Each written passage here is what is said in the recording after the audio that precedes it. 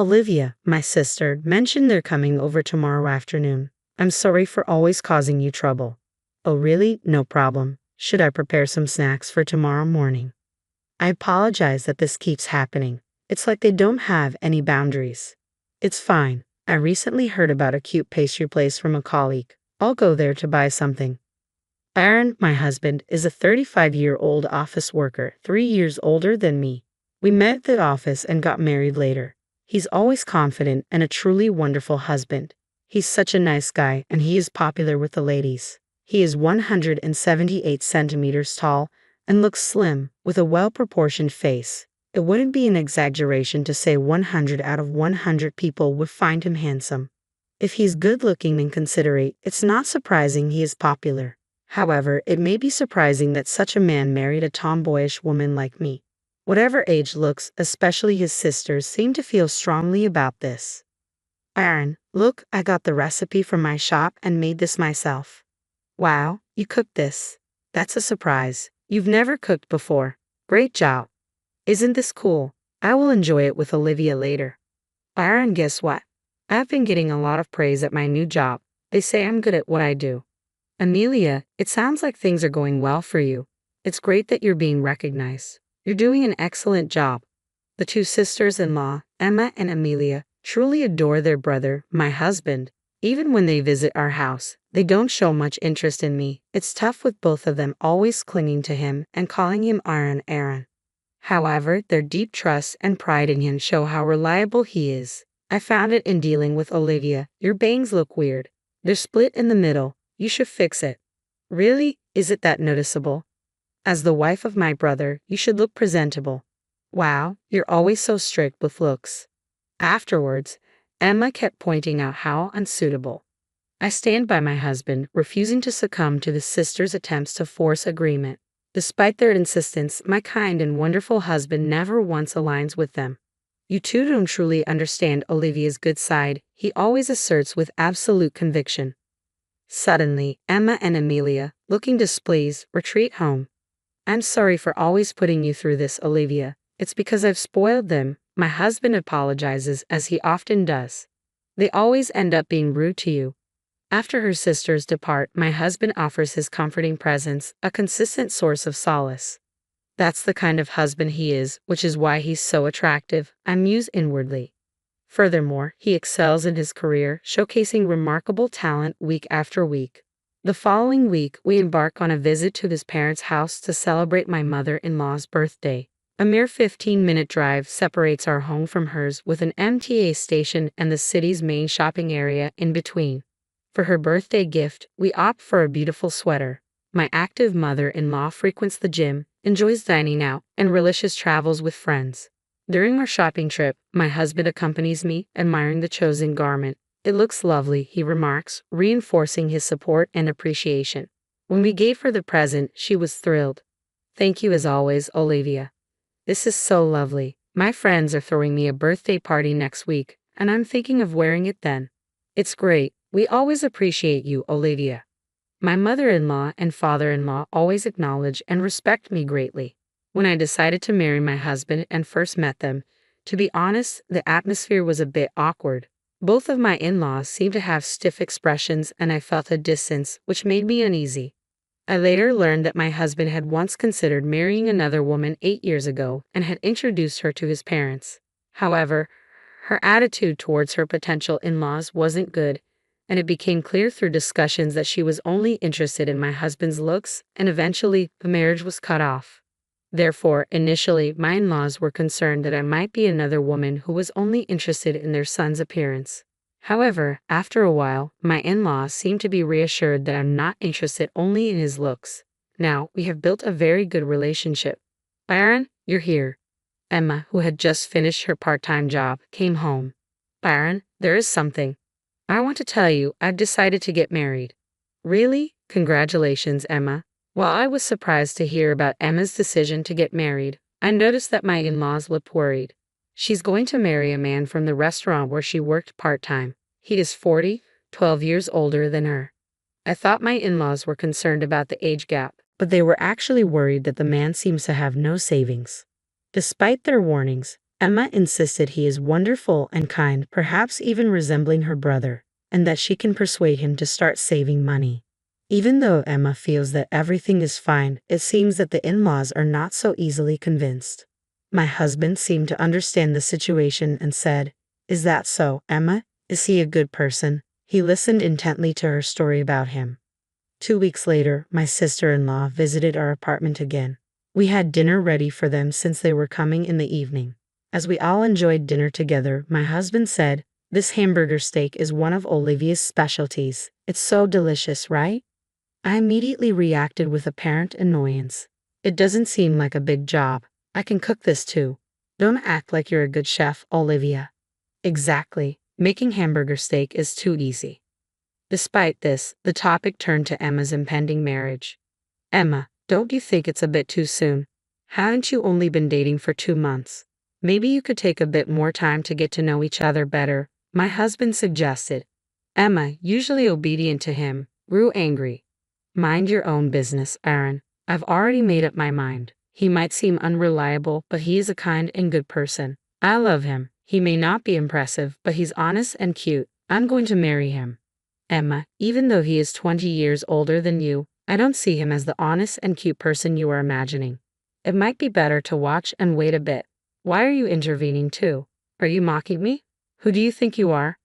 "That's right. Emma has made up her mind. Let's go, Amelia. I've had enough." In anger, Emma left her apartment with Amelia. Several days later. "Amelia, I've come up with something interesting." "What is it?" "Remember last time when Olivia started to act like a big sister?" It seemed Emma was still angry about the advice that I've given her about her marriage. Emma's interesting idea was, one day, I stopped at an ATM on my way home from work. There was a credit card left at the ATM. The card belonged to someone named Isabella Smith, coincidentally having the same surname as me, Smith.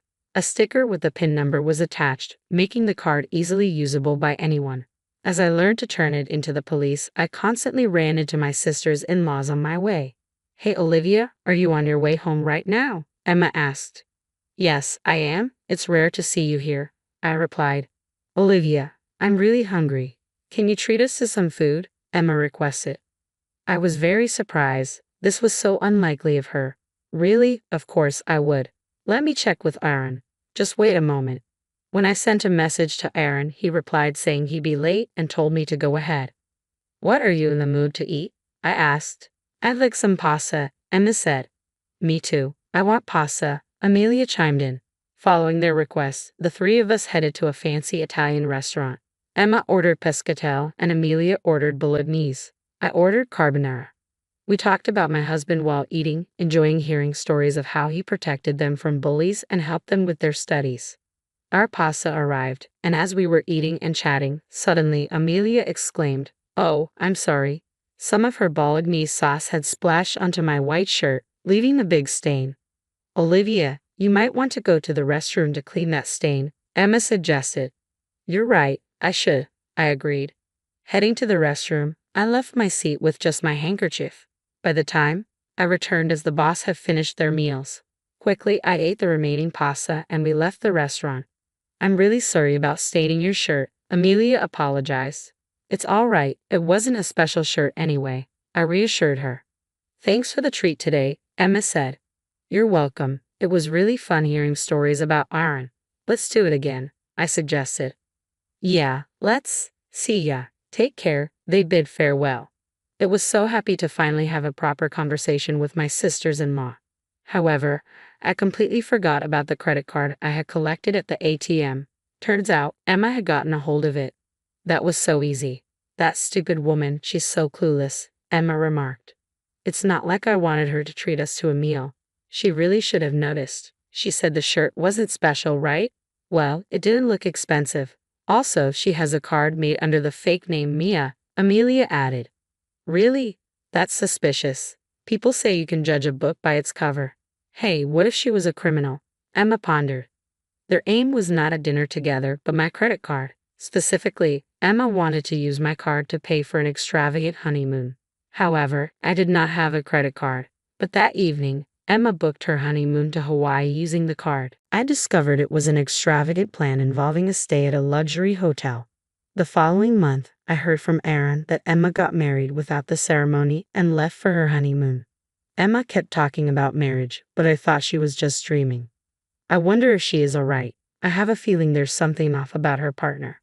While having dinner with my husband, I got a call from Emma. As soon as I answered, I heard an extremely excited voice say, "Thanks for the $30,000 gift." "Wait, Emma, aren't you on your honeymoon in Hawaii?" I asked.